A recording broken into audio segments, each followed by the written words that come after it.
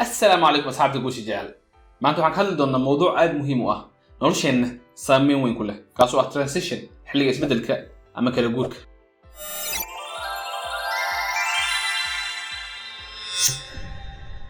نقولش إنه وحي مرتاح حلية بدن أو كلا جور كبل لو معناتها عندهم كان كصاب بيرني إلا معناتها كتجدون كلا جور كاسي أو حالة كسوغنا هي يقاب كان أونولنا هي سوين أسامية أما توتالي بدلا تصالحان إنك جورتي تحافظ أما مجالات تكون ولد أو أدو جورتي meel cusub ama inaad iskuulka dhameeysid aad u gudubtid marxalad jaamacadeed ama ba inaad ka baxdid iskaabulnimo oo aad guursidid ama ba inaad noqotid waalid haddaan dib u laabano oo aan gadaal soo xasuusano waalidiinteen ama dadka markaan naga weynay sidii u arkaan ideal life nolosha qurxoon ama kaamilka ah oo ayna la jecel yihiin inaan ku noolaano inay u dhici doonto sida tan iskuulka dhameey kadibna waxaad bilowdaa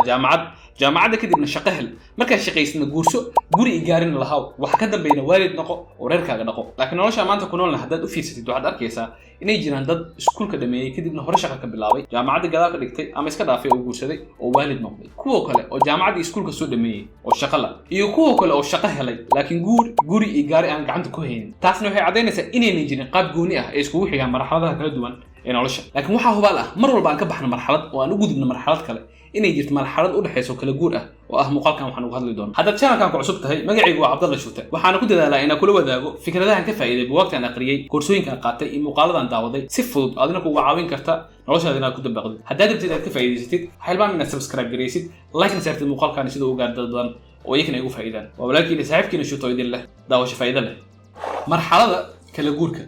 markaan ka hadlayno nolosha kala guurka waa xaalad oo qofka maro markuu ka gudbaayo marxalad noloshiisa ka bilaabo dhamaatay una gudbaayo marxalad kale oo cusub Bruce Feiler oo qoray buuga Life is in the Transitions wuxuu u qaybiyay xilliga kala guurka ama isbedelka saddex qayb kow the long goodbye oo ah meeshaad ku macsalaameynaysid qaabkaad u noolad iyo wax walba la xiriir labo the messy middle oo ah meeshaad dhaqanka iyo dabeecadaha la xiriira marxalada ka soo baxday aad kaga tagaysid oo aad ku bedelinaysid kuwa kale cusub kuguna caawin doona marxalada kale oo aad gali doontid saddex the new beginning oo ah markaad u gudbaysid marxalada cusub adigoo u diyaar garoobay isla markiina aqbalay meeshaad ka imaatay iyo meeshaad u socotid dadkana badanaa waxay ku dhibtoodaan saddexda marxalad kala guurka ama mid ka mid ah haddaan aniga isweydiiyey saddexda marxalad tan igu dhibka badan waxa igu yar adag oo waqti iga qaata marxalada labaad oo ah qofka dhaqanka iyo dabeecadaha la xiriir marxalada hore oo ka soo baxay inuu kaga tago oo ku bedeshto kuwa kale cusub oo run ahaantii iyaga baahan inaan ka shaqeeyo meesha labada marxalad kale ay fudud yihiin oo iguma adka marxalad aan ku jirin aan ka baxo oo aan u gudbo marxalad kale cusub taasna waxa laga yaabaa inay sabab u tahay lixda wadan oo kala duwan aan ku soo noolaado isbedelkaasi badan oo macquul ah inuu ii fududeeyo labadaas marxalad oo kala ah macsalaamayska iyo u gudbinta marxalada cusub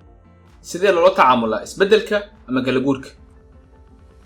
isbedelka dhac marxalada kala guurka ma ahan kaliya inaad ka baxdid marxalad oo aad u gudubtid marxalad kale balse waa marxalad aad ku ogaanaysid qofka tahay in nolosha waxaad ka rabtid isla markiina aad ku kobcinaysid maskaxdaada iyo shakhsiyadaada Bruce Feiler markuu uu qorayo buuga Life is in the Transitions wuxuu boqolaal qof ka wareystay kala guurka iyo isbedelka ku dhacay noloshooda wuxuuna arkay 12 ilaa 18 bil walba inuu dhaco isbedel oo ay ka mid yihiin 3 ilaa 5 isbedel waaweyn ah iskuguna jira qaar aad filin kartid iyo kuwa kale aad filin karin oo si kadis u dhaco qayb ka mid ah waa isbedel farxad leh sida qofka inuu guursado ama inuu waalid noqdo iyo qayb kale oo xanuun leh sida qofka inuu xanuunsado ama geeri soo gasho micnihiisuna yahay kala guurka hal qaab oo toosan uma dhaco balse wuxuu leeyahay isbedel iskugu jira farxad iyo xanuun aan la aqoonin sida uu kala horeeyo haddaba waxaa jira dhowr shay oo nagu caawin kara inaan la tacaamulno marxaladaha kala duwan ee kala guurka waxaana ka mid ah inaan u diyaar garowno kuwa aan filan karno taana waxay ku xiran tahay xaaladda markaa ku soo wajahan laga yaabaa inaad u baahan tahay isku diyaaris maadi ahaan ama nafsi ahaan sida inaad dareenkaaga ficilkaaga iyo fikirkaaga xakamaysid bis haddii xaaladaas kugu soo wajahan ay u baahan tahay inaad la imaatid juhdi iyo sabar aad kusii taligashid